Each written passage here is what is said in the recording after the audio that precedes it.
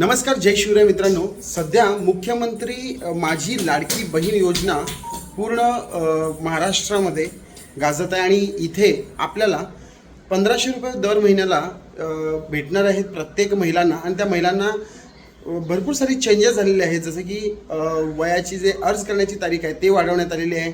त्याचबरोबर वयाचं अट चेंज करण्यात आलं आहे, कागदपत्रामध्ये चेंज करण्यात आलं आहे. ते काय काय आहे मी तुम्हाला थोडक्यात सांगतो.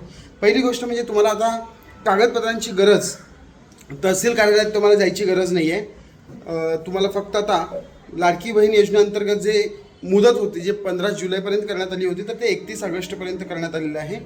आणि एकनाथ शिंदे, मुख्यमंत्री एकनाथ शिंदे यांच्या अध्यक्षतेखाली झालेल्या बैठकीत त्याचा निर्णय घेण्यात आलेला आहे.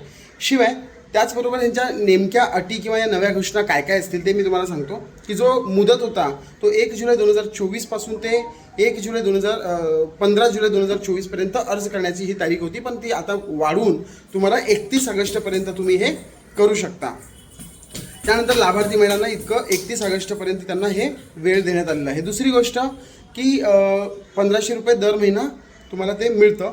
तर या योजनेअंतर्गत पात्रतेमध्ये एक आदिवास प्रमाणपत्र आवश्यक असल्याचं एक नमूद केलं होतं.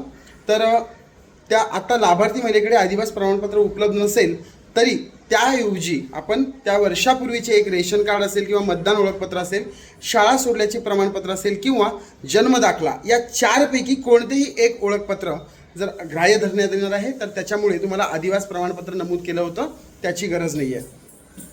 दुसऱ्या, सदर योजनेत लाभार्थी महिलांचा वयोगट हा 21 ते 60, बघा हे वयोगटाच्या बाबतीत तुम्हाला सांगतो 21 ते 60 या दरम्यान केलं होतं. तर आता तो वयोगट वाढवण्यात आलेला आहे आणि आता 60 वर्षापर्यंतचं नाही तर टोटल 65 वर्षापर्यंतचे जे महिला आहेत हे अर्ज भरू शकतात. तर परराज्यात जन्म घेतलेल्या महिलांनी महाराष्ट्रातील आदिवास असणाऱ्या पुरुषासोबत जर विवाह केला असेल तर अशा बाबतीत त्यांच्या पतीचे म्हणजे जन्मदाखला, शाळा सोडल्याचा प्रमाणपत्र आणि आदिवास प्रमाणपत्र ग्राह्य धरण्यात येणार आहे. तर हे जे परराज्यात जे जन्म झालेले आहेत आणि त्या महिलांनी इथे जर त्यांच्या पतीसोबत राहत असतील तर ह्या कागदपत्रांची गरज आहे की एक जन्मदाखला, शाळा सोडल्याचे प्रमाणपत्र आणि आदिवास प्रमाणपत्र.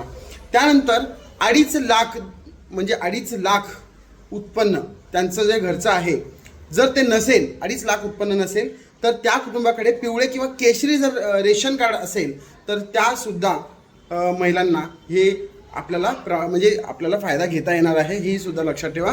त्याचबरोबर सदर योजनेत कुटुंबातील एका पात्र अविवाहित महिलेला सुद्धा या योजनेचा लाभ घेता येणार आहे. म्हणजे एक विवाहित तर आहेतच, पण एक अविवाहित असेल त्याच कुटुंबात राहणाऱ्या त्या महिलेला सुद्धा हा अर्ज भरता येणार आहे. तर वयाची अट तुम्हाला मी सांगितली की वय 60 पासून 65 पर्यंत केलेलं आहे आणि आदिवास प्रमाणपत्र अगोदर नमूद करण्यात आलं होतं, त्याची आता गरज नाही आहे.